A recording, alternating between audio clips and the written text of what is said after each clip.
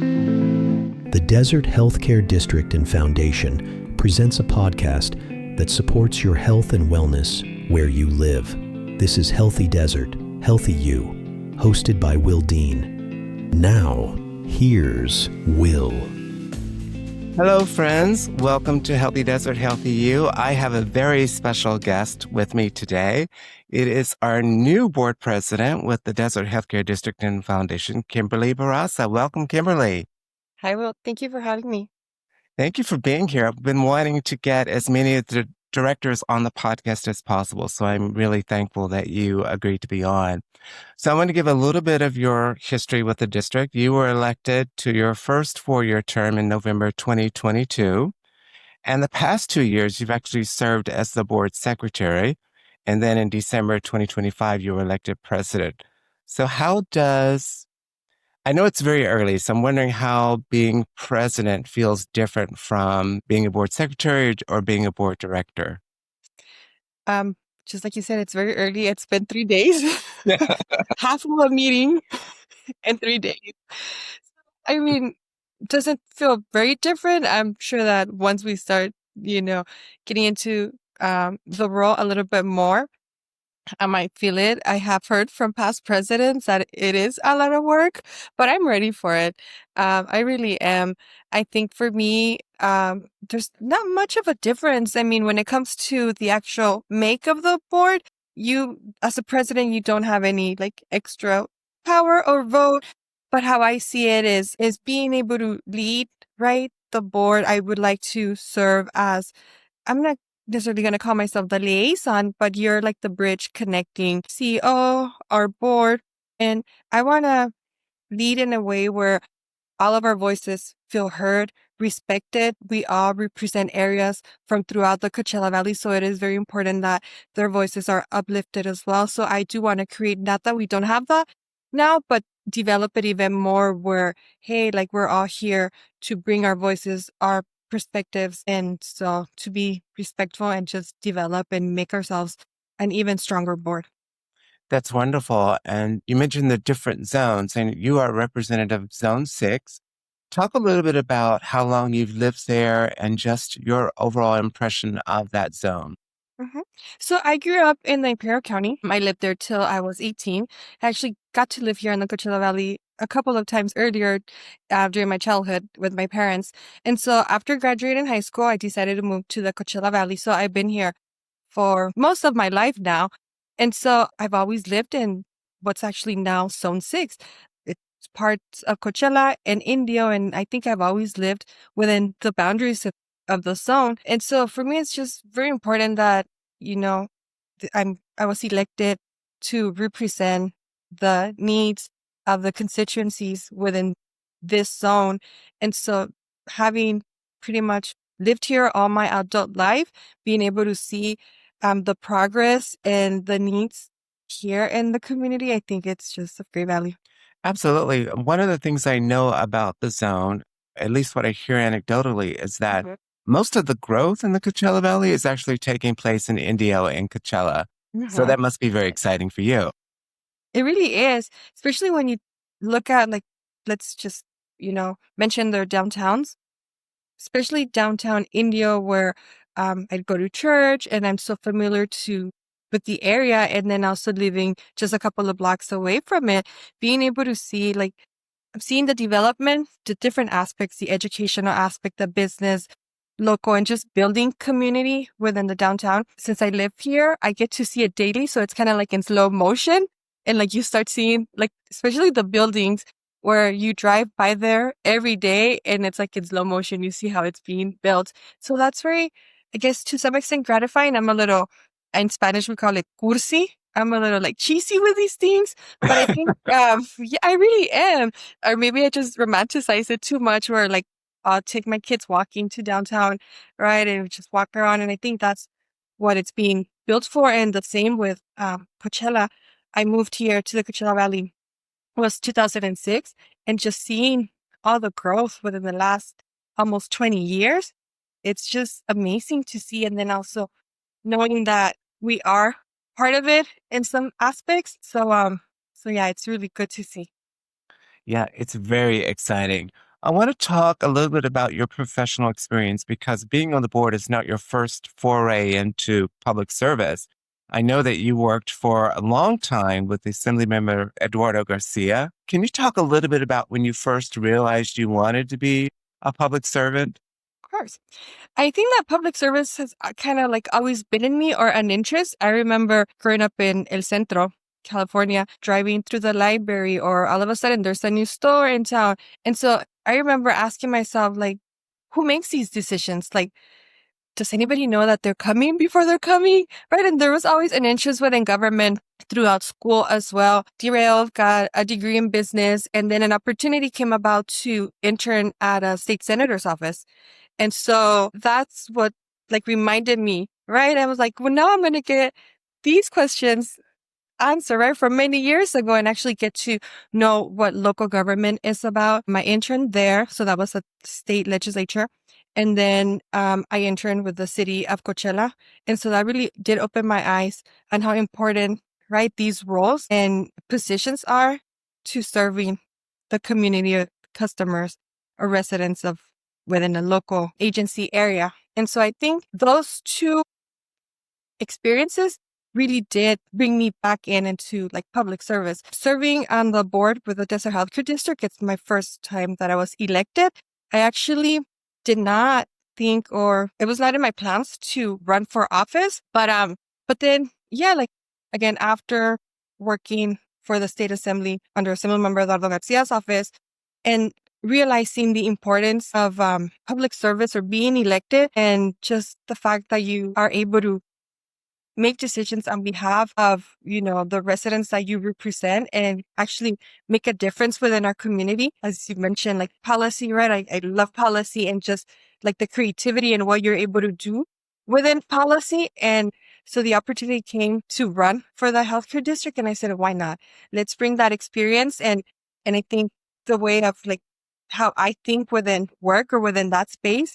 And so now let's translate it onto me sitting on the dais with others, with 6 other board members. Right. You certainly bring a very unique experience when we think about your time involved around the legislature. You recently started, I think it was your idea, but correct me if I'm wrong, the Legislative Policy Committee for the district. Mhm. What is your vision for that committee? So my vision for that committee is creating a little like arm or a voice within the healthcare district to support, sponsor, create legislation. We're a powerful district, and so are many other special districts throughout the state. Falling under state government, I think it's important for us to follow that because the state could say something and not that we wouldn't hear or get a letter about it. But I think that if we position ourselves in a place where, hey, there's something coming through the state legislature and we actually have a stance or that's going to affect our region, I think that makes us more powerful. Second to that is also building a relationship with our local legislators' offices, right? I think that that only makes us stronger as a region. And I can think of, collaborating or partnerships with other special districts or municipalities where we can actually go up to Sacramento and so at the federal level, but specifically Sacramento, which is where I've worked, and are at. I would say it just makes us stronger. And me being on the other side, right, knowing when we would welcome advocates, we would always look for that. Do you have the support from your special districts, your cities, right, partners within the community? So we did not have a legislative policy committee. I did think about it, and I think it's been going good. We've invited, like I mentioned, our local representatives. We've had good conversations. We're thinking of ideas for policies or bills for the next year. And then also, we're ready to support it. Just like I mentioned, I think for me, it's that collaboration and being strong as a region when we're going after grabs or trying to, or post policy. It makes a lot of sense. It's actually a great idea. For a lot of people who don't know, public policy is actually part of our vision statement. Yeah. One of the ways that we want to benefit the residents of the Coachella Valley. Tell me, during your 3 years on the board so far, what are you most proud of? That's a really good question, Will. When I was going to run, someone told me like, this board is not really exciting. This is not going to be like an exciting opportunity. Like it's less sexier than what you might be thinking it is. The moment I didn't know like how to process that comment. And then I realized like, that's not what I'm seeking. Either way, I mentioned I had served on other boards, commissions, but I had not been elected to a position. And so that in itself, it's not, you take it very seriously. And I think because of my personality or how I try to like portray myself and like really fun, like it's okay, we're chill. I thought, well, maybe this person did think that I'm just looking for the next like great opportunity to like, I don't know what this person was thinking, but for me, like I take it very seriously. And, there has been fun. I've had fun because I always like having fun. Whatever I do, I enjoy it. Um, and you have no idea how many like nights or, days I'll be thinking, I'm like, we should do this, we should do that. Like, just like the vision and knowing that I did not have this opportunity. I wasn't there 3 years ago.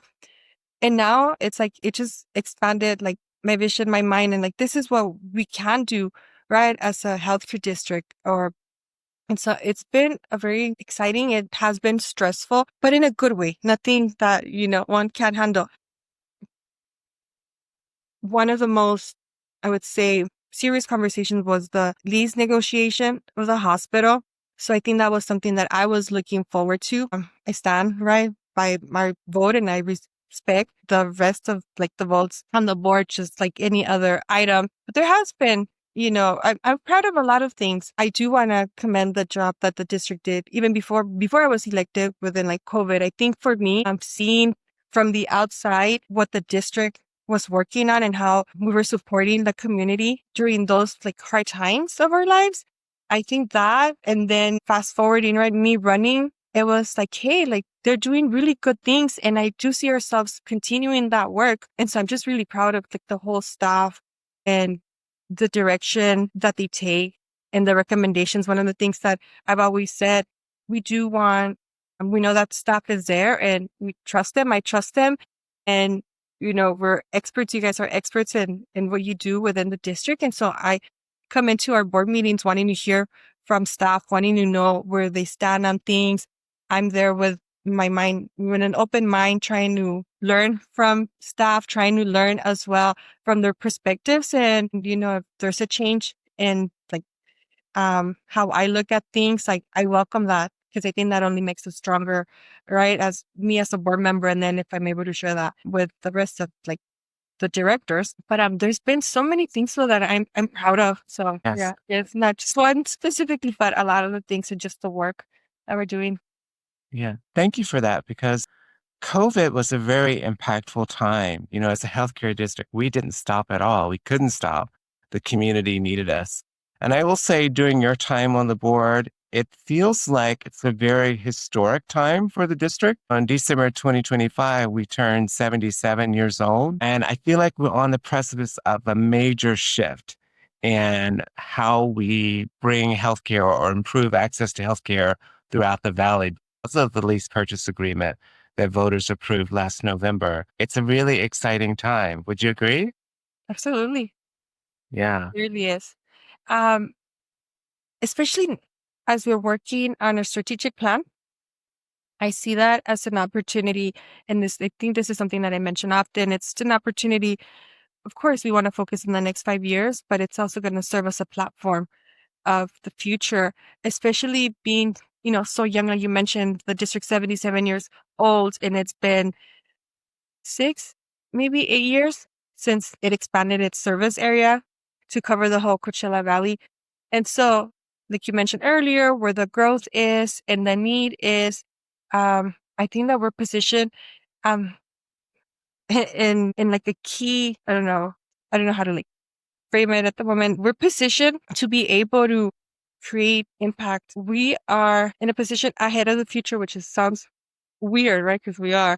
But I think that we're structured in the way that we're working to be able to build something that will just serve to build upon. It's going to be the base. I could see us growing. I know that we don't want to go back into necessarily the hospital business, but just what we're able to do on the ground, if it's, continuing supporting our local nonprofits, educational sectors. I think that if we do this right, we're going to be a key special district in the growth of the Coachella Valley. Right. I get what you're saying, because this strategic planning process, you really do have to think about the future and what the needs may be then, and actually who's here. So that's really interesting. One of the key components of this process is the community listening sessions that we're planning in February. What would you say to our listeners, to your constituents in Zone 6, to encourage them to actually participate in those listening sessions? Why do they need to be a part of that? I'm one, right, in this whole zone. I want to be able to hear as much as I connect with constituents at community meetings, or if I'm out at events or family and friends, we want to hear from them. I think it's important that they realize that oftentimes people will say, like, nobody listens to us. We have ideas, but nobody takes us seriously. I think this is the importance. Like, we're inviting the public to come and talk to us. They can come at any time, but we're, designing these specific forums for them. And so I do invite the public. I've been also inviting personally other elected officials, other special districts, because I want us to work together. And I think that's important. I don't want us to do this by ourselves. I think we're stronger if we work together as community, as leaders within the community, as members of public or members of other special districts, other municipalities, and public in general. Also, I think it's very important that we hear from them, especially when I've worked many political campaigns, and we go out canvassing, knocking on doors, right? You can't necessarily canvas the whole city, or, we don't have time to do that before February. But Right. I mean, I see it the same way. Like, hey, we want to know what's your priority? What are the needs? And we do have those studies, but it's always different when we hear from it. And then also, I think it's important that they understand that we do want to listen to them. So I do invite everyone to come out to these sessions. Absolutely. And for those of you who are listening and you want to be a part of those sessions, as I mentioned, they're going to be in February. And once we have the locations confirmed, you will find all of the information on our website, which is dhcd.org. So President Barraza, after you were elected president, you wrote a really great statement about that. One of the things that you mentioned that really caught my eyes, you mentioned the importance of prevention. Could you talk a little bit about that? So, well, for me, prevention is where we get the highest return on investment, both financially and quality of life. I think that if we are good at keeping our families healthy, right, that takes away strain from our healthcare system. So I think for me, that is very important. And we do that already in a lot of different ways, especially through our programs, awarding grants to nonprofits, those that are working in prevention education. So I'm looking forward to, delving even a little bit more within that aspect of our organization.